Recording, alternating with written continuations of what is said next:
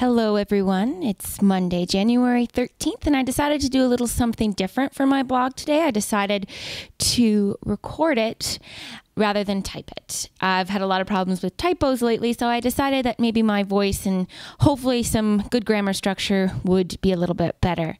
My week in sports was a little different this week. It wasn't so much of hockey. I did the announcement last Tuesday of the hockey team that's going to be representing Canada at the Sochi 2014 Olympics. There was a little bit of people talking, that's an understatement, about Martin St-Louis not being named to the team, PK Subban being named to the team, and the politics behind that. The next day after the team was announced, PK Subban was actually benched because he couldn't control himself and he got in a lot of brawls. So there was quite a bit of backlash from that. But I want to move away from hockey a little bit and tell you about my weekend.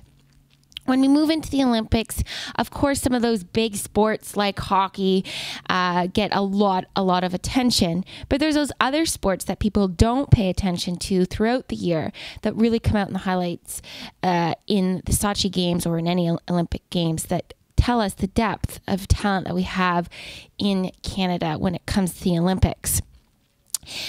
I'm a figure skating fan. I figure skated for a long time, and it was probably one of the best athletic experiences that I've had as an athlete.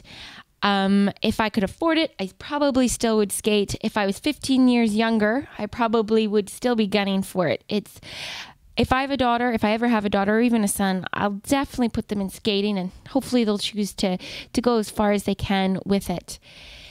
My birthday is also coming up, and so for my birthday, my mom bought me tickets to see the Nationals at Canadian Tire place this weekend.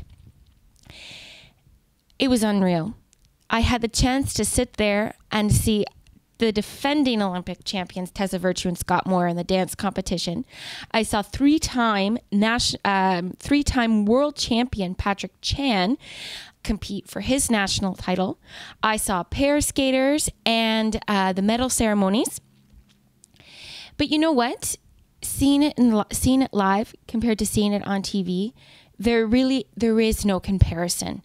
You see the artistry of them. You see how high they can jump, the power, the athleticism. You can hear the blade on the ice, which just is an unreal experience. The crowd was great, and I thought to myself how great it was for these athletes to know that really a whole nation is behind them. And Patrick jAN, he wasn't perfect, but he skated really well, and he's going into Sochi. I'm a little worried about him because when I watched him earlier on in the year, say in November, he was spot on. There was not a mistake. He was breaking records left, right, and center. So there's a chance that perhaps maybe he peaked a little too early. But you know what? If I have confidence in anybody in their work ethic going into an Olympic Games, it's Patrick jAN. When you look at his face, you know that he wants it. Tessa Virtue and Scott Moir. Tessa made a little stumble on a twizzle sequence, but they both just look so fantastic. And I think to myself, how do they do some of those throws and those lifts?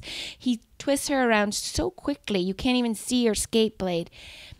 Another one to watch, Caitlin Weaver and Andrew Poje. In any other country, they'd be national champions years and years and years.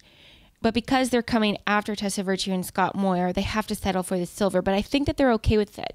Caitlin is actually American, and she moved to Canada and became a Canadian citizen and now competes with Andrew, and they'll be going to the Olympics. Heading into Sochi, the Canadian team can send three ice dance teams, and 3 men and 2 women. On the women's side, we're going to be sending Caitlin Osmond. She's this dynamic little skater from Newfoundland. She burst onto the scenes a few years ago. She just loves skating. You just watch her skate. She just loves every minute of it. And to me, that's totally worth it. And watching her. In the men's, we're going to be, of course, sending Patrick jAN. We're going to be sending Kevin Reynolds and Liam Ferris. Those are the 2 others that are going to be joining Patrick in the Olympics. Strong team. Dance, we're sending pair skating, we're sending 2 strong pairs. And then in the dance, Of course, we're sending Alexandra Paul and Paul Islam, along with Caitlin Weaver and Andrew Pogier and Tessa Virtue and Scott Moore. So my moment of the night, Mom and I, we headed over to Canadian Tire Place. It was a dreary day. It was raining. It was, warm, but it was not that great. We had to dodge some puddles heading in. I loved going with my mom. We watched figure skating all the time on TV, so being able to go with my mom was quite the experience. We ended up having great seats just in the 200 section, head on to the ice. In the side, we had the kiss and cry area.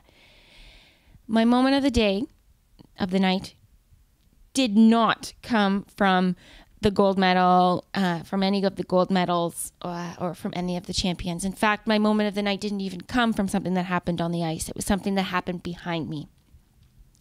We're watching the dance competition, and Alexandra Paul and Paul Islam, they're skating. They're the third place team. The race for third place was tough. So at this point, they're skating really well. They finish their routine. From behind us, there's this huge, shout. And we look behind us, and there's this man and this woman standing and they're clapping. The woman is in tears. Her husband is just clapping and whistling. It was her parents. That, to me, is the definition of what the Olympics really is all about. This pair had worked so hard. The parents had come. I looked, they were from Toronto. The mom came, and she's standing way up in the stands watching her daughter compete for a spot in the Olympics. And to be there and to witness her daughter skate her best with her partner, and to see it, it's basically the Procter & Gamble ad that you see on TV. It was unreal. She was in tears. The father climbs down from the stairs, goes over to the boards, hits the boards, looks down at a guy underneath them and says, "Yes, she's going to the Olympics." To see that was so authentic, was so genuine, was so amazing, and puts into perspective what I was able to see and how honored I was to be there, to see these Olympians and to see people skate their best. That is what the Olympics is all about. Another highlight of the night was the Governor General, David Johnston, was there with his wife, Sharon. So he was in the crowd just like any other spectator. He presented the awards at the end of the night. But seeing him there was really, really fantastic. So that was Saturday night. On Sunday, the team was announced, and I just explained to you the athletes that are going.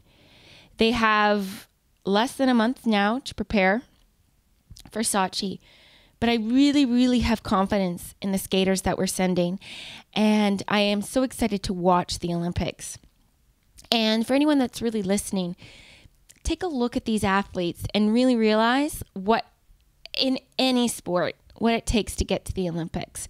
And I know it really is going to come down to the medal counts and to all of these events. But really, I think back at that moment when I saw the mom watch her daughter skate on national TV in front of a huge sold-out crowd, mind you. Her very best, rise to the occasion, and make an Olympic team. And to me, when I become a journalist, I am a journalist, but when I become a working journalist, these are the stories that I love to tell. And I just hope that the spirit of the Olympics, the spirit of hard work and dedication can carry on. And I'm just so excited to see the Olympics, and I really hope everybody watches them, not just the big sports that get a lot of attention, but every sport and every event. So that is my sporting moment of the week, Girl About Sports, and I hope that you'll tune in next time. With that, have a great day.